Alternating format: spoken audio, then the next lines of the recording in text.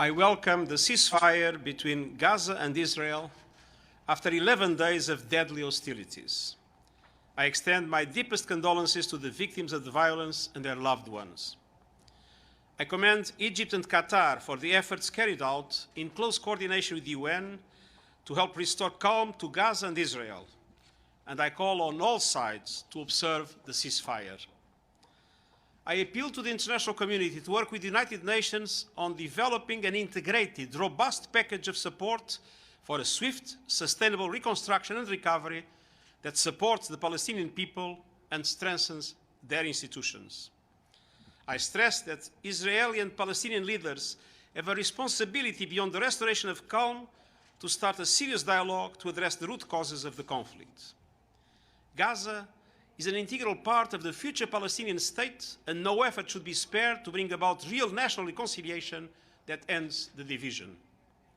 I underscore the United Nations' deep commitment to working with Israelis and Palestinians and with our international and regional partners, including through the Middle East Quartet, to return to the path of meaningful negotiations to end the occupation and allow for the realization of a two-state solution on the basis of the 67 lines, UN resolutions, international law, and mutual agreements.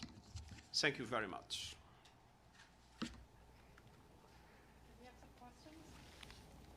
Secretary General, what do you think the next step should be after the ceasefire announcement?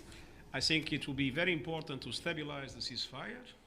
I think it will be very important to have a robust program of humanitarian aid and recovery for Gaza. And I think it will be very important to revitalize the peace process, to restart the peace process in order to achieve the two-state solution. Thank you very much. I am deeply shocked by the continued air and artillery bombardment by the Israeli Defense Forces in Gaza.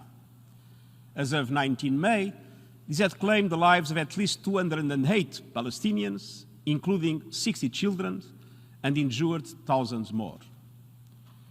The continued indiscriminate firing of rockets by Hamas and other militant groups towards population centers in Israel, resulting in at least 12 fatalities, including 2 children, and hundreds of injuries, is also unacceptable.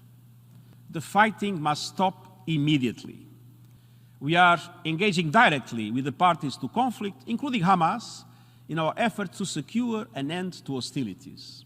We must work towards a resumption of negotiations that will address the status of Jerusalem and other final status issues, end the occupation, and allow for the realization of a two-state solution on the basis of 1967 lines, UN resolutions, international law, and mutual agreements, with Jerusalem as capital of both Israel and Palestine.